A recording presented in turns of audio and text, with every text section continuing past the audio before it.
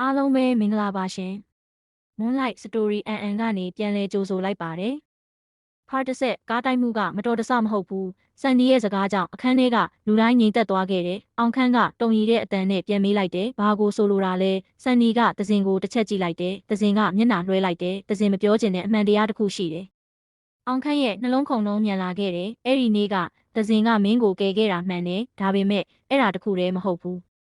မင်းအမှတ်ဉာဏ်ပျောက်သွားပြီးနောက်သစင်ဆေးရုံကိုနေတိုင်းလာခဲ့တယ်အောင်ခန့်အံ့ဩသွားတယ်။ဘာစန်ဒီကဆက်ပြောတယ်။မိုးရွာတဲ့နေ့ရောနေပူတဲ့နေ့ရောသူလာခဲ့တယ်။မင်းကိုတိတ်တိတ်လေးကြည့်ပြီးပြန်သွားခဲ့တယ်။သစင်ရဲ့မျက်ရည်တွေစီးကျလာခဲ့တယ်။တော်ပါတော့စန်ဒီဒါပေမဲ့စန်ဒီမရက်ခဲ့ဘူး။မင်းကိုမမှတ်မိတော့တဲ့အချိန်မှတော့သူမင်းကိုမမေ့ခဲ့ဘူး။အောင်ခန့်ရဲ့မျက်လုံးထဲမျက်ရည်တွေပြည့်လာခဲ့တယ်။ဒါဆိုဘာလို့ငါစီမလာခဲ့တာလဲ။စန်ဒီတက်ပြင်းချလိုက်တယ်လာခဲ့တယ်။ဒါပေမဲ့မင်းမိသားစုကတားခဲ့တယ်။မင်းဘဝကိုထပ်မရှုပ်စေချင်ဘူးလို့သူတိတ်တိတ်လေးထွက်သွားခဲ့တယ်။အောင်ခန့်ကောင်းငုံသွားတယ်။သူဘာမှမသိခဲ့ဘူး။သစင်ဘလောက်ထိနာကျင်ခဲ့ရလဲလဲမသိခဲ့ဘူး။နောက်ပြီးစန်ဒီရဲ့အတန်ထက်ထွက်လာတယ်။သစင်ကမင်းကိုကယ်ရင်သူ့ရဲ့ပညာသင်စုကိုလက်လွတ်ခဲ့ရတယ်။သူ့အနာဂတ်အိမ်မက်တွေကိုလည်းလက်လွတ်ခဲ့ရတယ်။အောင်ခန့်အေးခဲသွားခဲ့တယ်။သစင်ကဘယ်တော့မှဒီအကြောင်းမပြောခဲ့ဘူး။အောင်ခန့်ကဖြည်းဖြည်းချင်းသစင်ရှေ့လျှောက်လာတယ်။ဘာလို့ဒီလောက်ထိလုပ်ခဲ့တာလဲ။သစင်မြေကြားကနေအပြုံးလေးပြုံးလိုက်တယ်။ချစ်လို့ပေါ့စကားလေးတစ်ခွန်းနဲ့ဒါပေမဲ့နှစ်ပေါင်း9နှစ်စာခန်းစားချက်တွေပါနေခဲ့တယ်